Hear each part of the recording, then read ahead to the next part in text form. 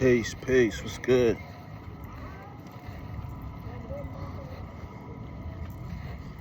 It's your brother God Science up in here once again, across the street. Shout out, special salute to the few that do watch. I'm out here at the flea market. Check a look out here.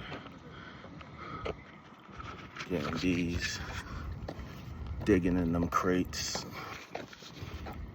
Been going here for like 10 plus years, and you find dollar crates, you find like $20 crates. Most of the time it's dollar crates, but in those dollar crates sometimes you find gems. And this week I didn't find shit but one. This is from 1978, some Indian, but it looks like it's gonna have something on it. So to all my producers out there that be digging in the crates, y'all know what time it is, man. We got our secret shops where we go to and things like that. You know, I just go to the flea market. Sometimes they got a record show that comes out here every like 6 months, and you get to, you know, network with other people, other producers, and they bring a lot of other records from like Brazil, Europe, all other kinds of, you know, stuff you can, you know, everybody looking for that one sample, you know what I'm saying? But anyway, let's talk about it, man. The new album by Nas and DJ Premier, Light Years. I didn't make a video on it because I wanted to marinate with this album. The first time I played this album, oh my God, talk about disappointment, because nothing grabbed me. I played the album and I was like, nah, this is a mixtape. Like, this is a prequel to the album. And it wasn't only me. I was in the car with my wife and she was listening to it too. And I was like, are you hearing what I'm hearing? And she's like, yeah. And I'm going to say this. One, Nas is hip hop royalty. And on this album, he doesn't really, he lives, you know, it has nothing to do with lyrics. This is my opinion on this album. It has nothing to do with his darts or anything like that. He's still on point. There is some dope songs on this album. Songs like For Me, Pause Tapes, talking about the graffiti, you know, just that era. The New York State of Mind 3 is a little bit disappointing. But what really got me disappointed was the production. And that's very, very, very, very, very, you know, a surprise coming from, you know, somebody like Primo, who is a legend. Anyway, let me set this up. Now, I remember back in 1993 when I first bought Enter the Stage, man, by you know, my brothers, Black Moon. Shout out to Black Moon. And I remember the first time I played Enter the Stage, I didn't get it. It wasn't whack. I just didn't get it. It was like, it was so different at that time. It was a really dark album if you go back and look at it, but it was so different. I didn't get the greatness yet. So it was an album where I played it again. And the more I played it, the more, I can't explain it, but the more it sounded better, to the point that I was like, yo, this shit is a classic. And I always remember that album because it was an album that I played that I just didn't get like that. And it's one of the top, to me, hip-hop albums of all time. It's up there in that, you know what I'm saying? It's up there in that category, Enter the Stage. And coming fast forward with this album, when I first played it, it was the same thing. I didn't get, it was like, these beats sound so, and I was like, you know what? I'm gonna listen to it again before I even go on YouTube and do a review. Let me listen to it again. And every time I played it back, I started hearing it started sounding better and better and better. Now I've seen the stuff that's going on the streets of YouTube and social media about the the reviews on the album, which a lot of them are not good, and I get it. When you talk about people like Primo and you talk about people like Nas, you're expecting greatness. Point and the discussion. But Primo has put out so many beats, so many classics. Like, if this one has to be a dud, give it to him. It doesn't hurt his legacy at all. And I just want to say that off bat. Even if this album doesn't live up to the hype, it does not affect anything that Primo did. He just has a catalog that can't be effed with. Majority of hip-hop producers out there haven't done the work that he has done.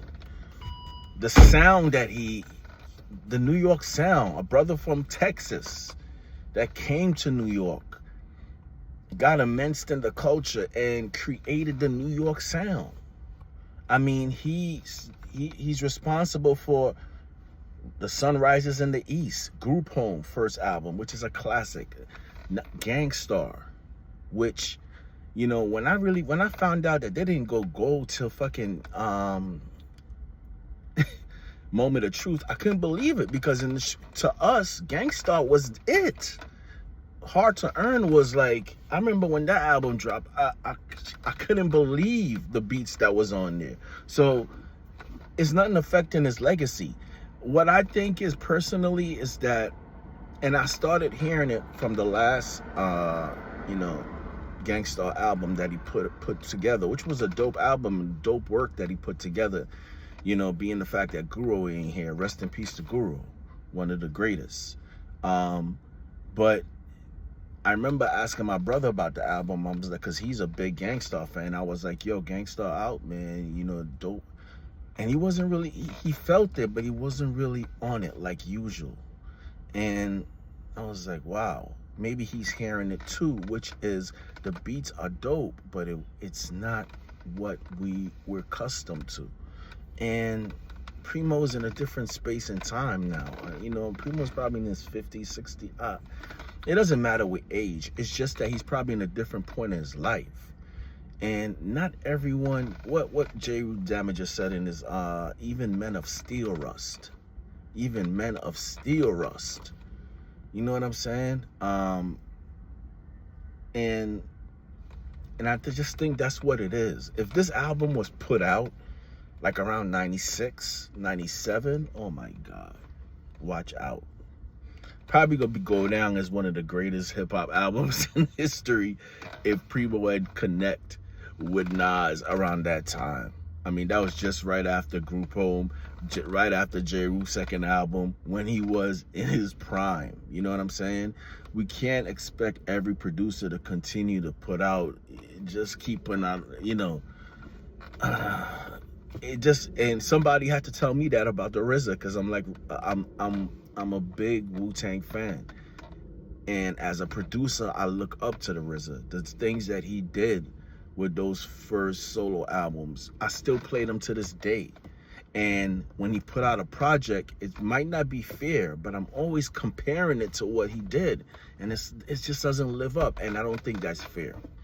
You know what I'm saying? So to make a long story short, the album is not whack. It's just not what I expected. I expected, like, and maybe I'm wrong for that. I expected Primo to have like these beats that he had in the vault just waiting, and there is some dope songs on there. You know what I mean? Don't get me wrong, but it's just it didn't. The songs didn't pull me, and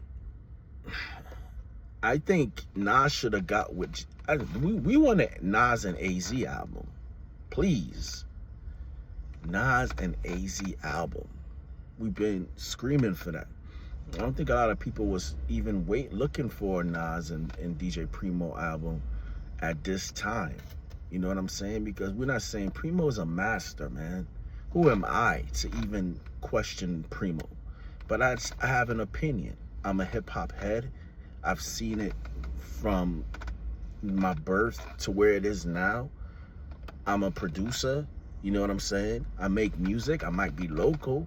I might not have made it not international yet, but I know music. And this album, it just didn't live up to the... Now, you know, like I said, some people love it. You know, me, I like it. But did I want more? I wanted more. You know, I wanted them crazy Primo beats. And like I said, you know, if this album was done, I think in the 90s or even the early 2000s after The Owners is an incredible album. To me, some people don't like it, but I still play it to this day. If it was done around that time, like right after Stillmatic, come on, that Stillmatic album, come on, man. The beat that he has on there, you know the song, I can't remember the song. You know who it is, Nas, the first one. Come on, man. That was Primo. He still had it. He still got it.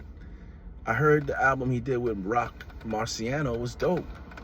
It just wasn't, you know, what we're used to. But that's just, if out of 1 to 5 mics, I would give this album, I'll give this album 3. I'll give this album 3. And when you hear Nas and Primo, those two names, you're looking for a 5 mic album because of the past work that they've done and their history. And I don't know, it's just, this album just didn't. Is it better than the Clips album? Hell no. I haven't heard, and this is, you know, we're going into the end of the year. The Clips album is the album of the year. There's no album. De La Soul, I would say album. No, I would say Clips, Mobb Deep, De La Soul. I think De La Soul album as a cohesive is even better than the Nas and this is, and I absolutely take nothing away from Nas. His catalog is speaks for itself. It's just this album, you know, I expected more, man. What can I say? You know, I expected more quality beats. Some of these beats was just too simple for Nas, man. When you're supplying beats for Nas, we gotta bring it. And this is Primo we're talking about, you know? But everybody has their opinions. It doesn't affect any of their legacies. That's just my point, you know? And I don't know. Tell me what you guys think. Have y'all listened to the album? Do you think it could have been better? Do you think it lived up to the name? I think, you know, producers' sounds evolve just like Premier is evolved. And I think this album will age great. But at this time when it came out, it just wasn't expecting more, me personally. But it probably will age great. A lot of albums that I didn't like when they first came out, they have aged gracefully looking back now. One of those albums I can pull out is 8 Diagrams by Wu-Tang. When that album came out, I was so disappointed. Now listening to it, it's dope. And music is like that, man. Music is like that. Sometimes it takes you a while to even get it. I mean, I made this, you still got people discovering albums like this, which I got in this flea market for like $1. This album came out in 1976. This is Stevie Wonder's Songs in the Key of Life. And this album is so amazing and so ahead of its time and so timeless that people are still listening to this day. And they 20 years, 30 years from now, they still gonna be listening to this. And that's how great music is, man. And that's why I love it so much. But tell me what you guys think. I'm sorry I made this a long video, but yeah, I was expecting a little more from the album. Out of all the albums that dropped out of the Mass Appeal, you know, project that he was doing, I was thinking that this one was gonna be it. And it turned out it wasn't. And for reasons I don't know why, you know. I don't believe that, you know, a lot of people say Nas can't pick beats and things like that. Maybe that's true, you know. He has dope albums. He has albums that I don't like. But when it comes to lyricism, the darts, his flows, you are not questioning that. You're not questioning that. You know what I'm saying? But production, I just wish Primo had. I wish this was done early. You know, this was done way back in the early 2000s, late 1990. This is when we should have got the Primo and Nas album. Not now. I just don't think it has the same effect. But tell me what you guys think. Y'all stay safe out there, man. It's your brother God Science. I'm gonna make a video before the new year, but if I don't, Happy New Year's to y'all. Stay safe out there. Appreciate y'all watching our videos and supporting. Peace, y'all.